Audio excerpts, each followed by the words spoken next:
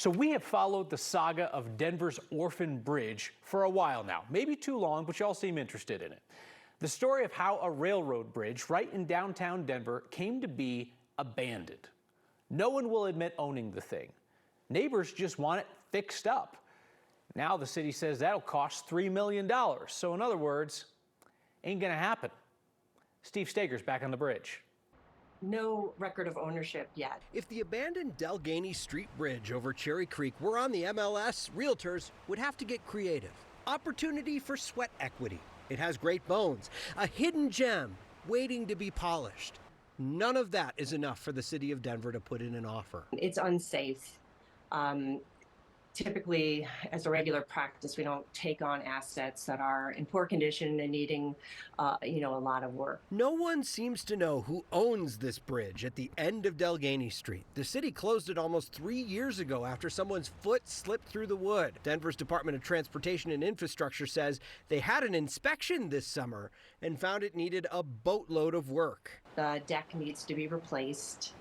It's quite worn, falling apart there on the deck. And the bill for that is too high. We estimate that would be about $3 million to fix and make it safe. About half of the city's budget to maintain all bridges, about 400 around the city. So we know we don't have $3 million identified to fix it.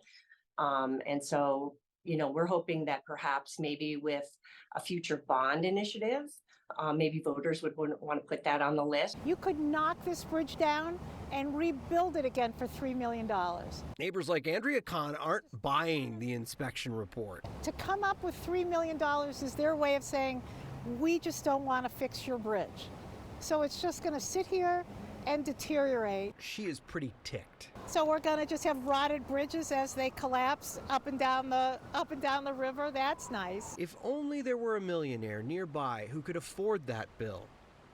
Until then, they'll have to wait on the city or a nonprofit or maybe the actual owner to come forward. And I think everybody in the neighborhood is going to be very upset by this. So everyone originally thought that the neighboring Greenway Foundation owned the bridge, and that group did its own study of how much it might cost to reopen it. They anticipated about $250,000, a lot less than $3 million back at the time, but then they backed out.